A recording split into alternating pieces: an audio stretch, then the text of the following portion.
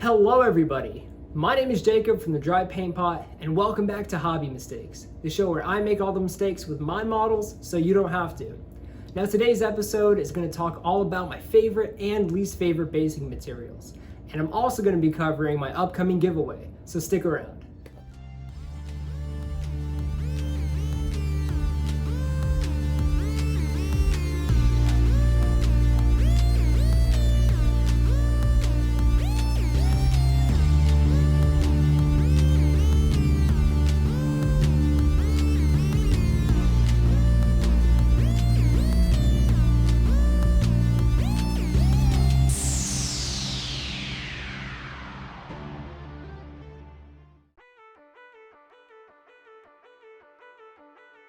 So the first item on our list is Clump Foliage by Woodland Scenics.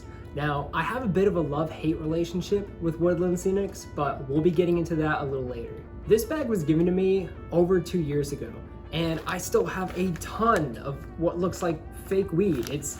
I just have a ton of it. It'll last me forever. Now the best part about it is it breaks up really easy, so you can get it as small as you want. It glues to bases very well. But the only issue that you'll have is that I've noticed in foam lined cases, it tends to break apart very easily. So consider that when you use it on your bases. But regardless, I highly recommend it. And also by Woodland Scenics is Static Grass Flock. This stuff is awesome. Once you get the hang of using it, it really makes your grass bases look so realistic, especially if you mix in a different color.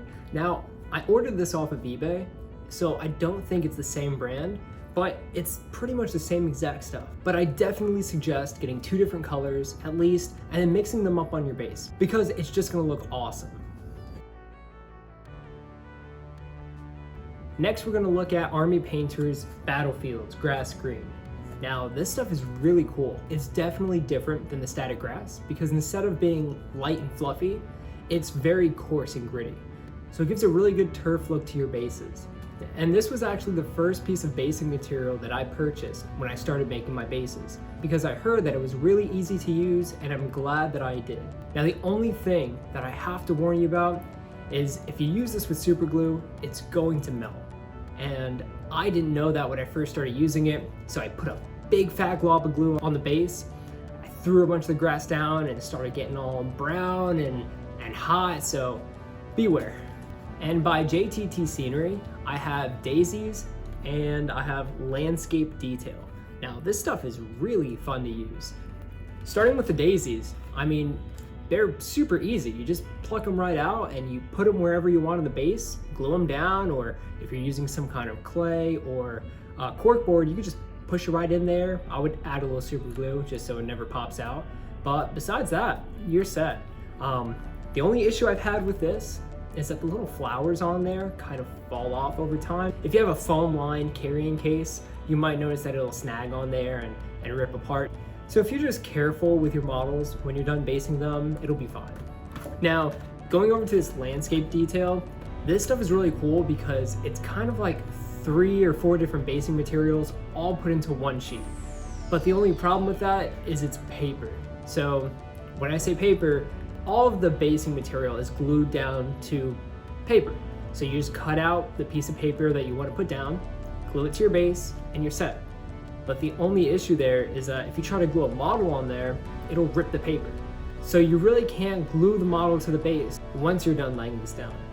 So what I suggest doing is cutting a little strip or a couple little pieces, and if you're using a big base, you can glue them all over in different spots and then kind of just blend them in with a texture paint. And at that point, you'll save yourself a ton of time and money, and you don't have to worry about your models ripping off the base. Now, I found both of these at a local model railroad store, and if you have one in your town, stop on in there because they had so many cool things to pick from, and I found some really cool stuff there, so check it out. And as shown in my last video, this is my base bag. Now, if you didn't watch that video, what I do is when I'm walking around town or I'm just around my apartment, and I find something that will look really cool on a base, I throw it in my pocket, and later on, I toss it in my base bag. And then when I'm really stuck on a base and I don't know what to put down or I don't have the piece that I really need, I just start digging through there and I see what I can find. My Corvus Blackstar was my first big base to build, so I literally made it all out of random bits in my base bag. This wire was found rusting on the side of the house, and this is a hinge from a door, so keep your eye open and hold on to whatever catches your eye. Now let's take a look at some of my all-time favorite things to base with. Now my number one favorite basing material on this list has to be corkboard. Now this stuff is a hobbyist's best friend, and I suggest ordering some as soon as you're done watching this video, and of course subscribing to my channel. So first things first, this stuff is cheap. I mean, go to Walmart or wherever you shop, it's like $5 or $6. So you're not spending a ton of money on basing materials, and it's also very durable. I mean, unlike foam, it's not gonna snap or get punctured. Because it's very spongy, you can beat the hell out of it and it's fine. Now models also glue to the cork well, and it's super easy to drill into. So when it comes down to magnetizing your bases, it's a breeze. Now to glue down the cork board, I use my favorite super glue, Loctite Ultra Gel Control. Now this stuff lays on pretty thick, but it creates a quick and solid bond, so I definitely suggest you pick some up. This big old bag of rocks was purchased from Walmart, and I think it cost me, I don't know, like $9 or something like that. So it's super cheap, and it's gonna last me forever. Because all you need when you're building a base is a tiny sprinkle of those on there, and you're all set. So first things first, they're tiny, so compared to the scale of the model, they don't look ridiculous. And the only trouble that you'll have is getting them to stick to your base and not fall out once you paint them in dry brush. So I've perfected a system to making sure that they stay on the base. What I do is usually I have a Citadel texture paint on top of whatever I'm basing. And then what I do is I sprinkle on the stones and just push them in lightly. And then once that fully dries, I spray it down with a spray bottle filled with 1 part Mod Podge and 2 parts water. And then I let that dry for, I don't know, like an hour or two. And then afterwards, I prime the entire base. And between the primer, the texture paint, and the Mod Podge, everything sticks really tight. So now, once I'm done with that, I can dry brush away and nothing ever falls out. Now for some of you more experienced hobbyists, we have 2-part resin. And this stuff looks so good if you get it right. But the tough part is, it's not always easy to work with. But once you figure it out, you can really make some killer bases with it. Now I got these bottles from Michaels, and although they were a bit expensive, they work very well, and I haven't had any issues with them. When I first decided to build a lava base, I used that 2-part epoxy that you can find at like Lowe's or Home Depot. You know, the stuff that comes in a little like push tube. And at first it worked great, but the second time I used it, it ruined my bases. It worked well on the first few models, but I quickly ran into some serious issues with it, not only setting too fast, but also going bad and turning yellow and stuff. So pick up the 2 parts in something like this if you want to give it a go. I think I purchased these 2 bottles for like $24.99, so they're not the cheapest, but a little bit goes a long way. Now, last thing on our list is Citadel paint. I mean, I love Citadel paint. All the paints that I use are all Citadel. I know some people are gonna be like, But Jacob, there are so many great paints out there. You are limiting yourself. What are you doing? and I know there are other good paints out there, but I started with Citadel and I'm dying with Citadel. I mean, now I do use Vallejo alcohol-based metallics, and they are the best metallic paints in the world, but Citadel has a special place in my heart, so it's what I stick with. Now back to basic materials, their technicals are awesome. Like, I love the Sterling Mud, the Agrellan Badland, the Agrellan Earth. I mean, it's all great, and they all do something very different and can really speed up your basing and painting process. Now, Agrellan Badland and Sterling Mud are very similar, except the mud is much creamier with larger bits of debris, and the Agrellan Badland is definitely grittier. And the Agrellan Earth is really cool. It's a totally different ball game because as it dries, it begins to crack and give some of the coolest effects to your base.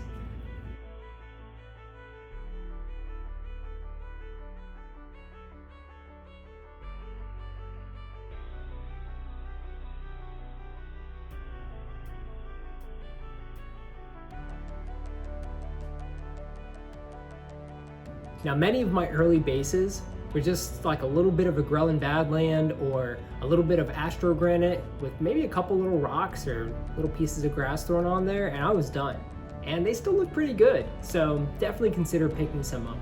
Even if you're just gonna prime it and paint over it. I mean, the texture alone is worth it. Now, as an honorable mention, I have some Odie bonding putty that I picked up from my local Lowe's. Now, it's not good enough to make the good list, but it's also not bad enough to make the bad list, so it's stuck in like a weird limbo spot. Now, this stuff dries rock solid. I mean, throw it on a base, let it dry, throw it out a window, nothing's gonna happen. But it definitely comes with a couple setbacks. So one of the biggest issues is that it smells atrocious. I mean, it's kind of like if a Magic the Gathering pre-order was held in a dumpster. I mean, it smells freaking awful. And the smell lingers around and you can't really get rid of it. I mean, I mixed it in my room and I had to kick on the fan, crack a window, and it still stayed in there for like 2 hours. So just beware before you buy it. Secondly, there's no bending and stretching it like green stuff. So once you put it on your base, it's really hard to work with. And it's very gritty, so often it'll snap if you try to bend it or shape it in a certain way. Now, I'm not sure if all bonding putty is like this, so I don't really want to give it a spot on any list until I try a couple other brands and have a better opinion on the stuff. Now let's talk about some stuff that has made basing a nightmare for me over the years.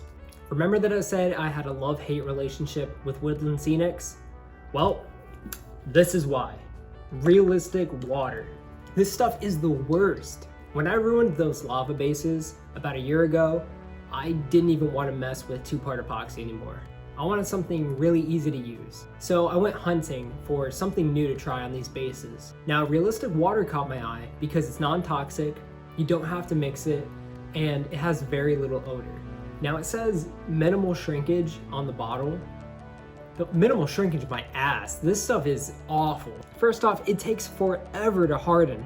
I mean, it's been about a year, and some parts of the base that I tested it on have a permanent tacky texture.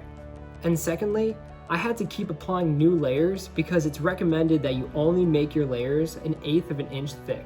Now the worst part is every time a new layer would dry, it would shrink. So it's like taking 1 step forward and then 2 steps back. So I got through that headache, and once that base completely dried, I decided to add a layer of water ripples, again, by Woodland Scenics. I mean, I should have learned my lesson, but I ordered them at the same time, so I was kind of just stuck with it. I really wanted a realistic water texture, and the website highly suggested that the 2 products be used together, so I was trusting Woodland Scenics. But man, did it do me dirty. So I applied a thin layer to the realistic water, and I waited the recommended amount of time for it to fully dry. So the next day it hardened, everything looked great, and I went ahead and did a little bit of dry brushing and painting to kind of get some white caps going on the water, and I didn't mess with the base for about a week. Once I came back to it a week later, everything shrunk. All of my water ripples shrunk, all the realistic water on the base continued to shrink, even though it already hardened, and my awesome paint job that I finished on there was ruined. Now all the paint was cracked and chipping. It was a nightmare. I had to scrub the base clean with a toothbrush and get all of my paint off. And to this very day, I still haven't messed with that base. So I hate to say it, but this stuff is garbage. Just don't buy it. Don't waste your money. Learn how to use 2-part epoxy, test it on a couple bases, and do it the right way the first time, so you don't have to deal with this headache like I did. And the last item on our list is air drying clay. I needed to cover an Imperial Knight base and have a rhino sticking out of the base. So I thought, why not just use some clay? So I threw it on the base, molded everything the way that I wanted, and let it dry. Now the next day, I found out that not only did the base shrink, but it kind of bowed up on the sides of the base and completely peeled away from it. Now I didn't expect the clay to stick to the base, but it was so hard to glue it back down when the sides were all bowed up, because then I had to fill in all these new gaps with some Sterling Mud by Citadel Paint. Now a good friend of mine makes some awesome game tables with some bonding like you would use on your walls. So I think if I were gonna do another base like this, I might use some of that and see if it works out a little better. Now that might be crazy, it might not work, but it's worth a shot. And if I do, I'll upload a video on it so you guys can see how it works out. Now here's a few things that you never want to use when basing your miniatures. Rice. Although it tastes great, I can never get my model to stick once I apply a layer.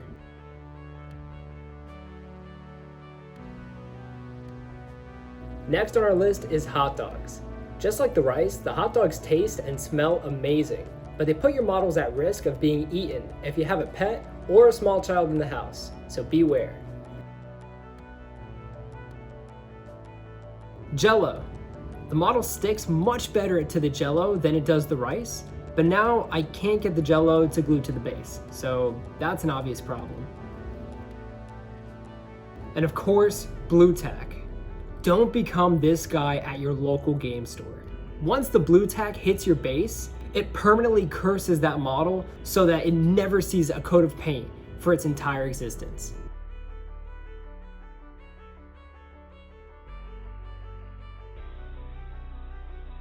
If you know a guy at your local store who blue tacks all of his models to their bases, go ahead and start making some bets with the owner on when he'll get them painted. Be sure to bet never, and you'll make a ton of money. So there's an extra tip.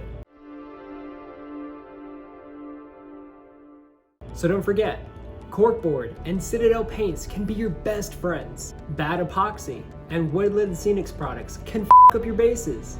Rice and hot dogs are tasty, but they don't belong on your bases. So let's talk about my giveaway real quick. I just reached 400 followers on Instagram, and I just want to say thank you. Thank you guys so much. It means a lot to me. I really appreciate all the support that you've all given me over the years, and it feels great to watch the page grow. So on June 1st, I'll be picking one winner to dig through my backlog of models and pick out their favorite, and I'll paint it for them. Sadly, this contest is only available to anyone living in the US, so for those of you overseas, I apologize. I've got Gene Stealer's Death Watch, Reaper Minis, Seraphon, you name it, I've got it. So to enter, all you have to do is go to my Instagram page at the Dry Paint Pot, like the giveaway post and share it to your story, and you're all set. And be sure to subscribe to my channel for an extra entry. I'm really glad that I was able to share some of my favorite basing material with you, and I'd love to learn what you use. So feel free to share any of your work with me at the Dry Paint Pot on Instagram and Facebook. Now wash your brushes, clean your paint pots, and keep on painting.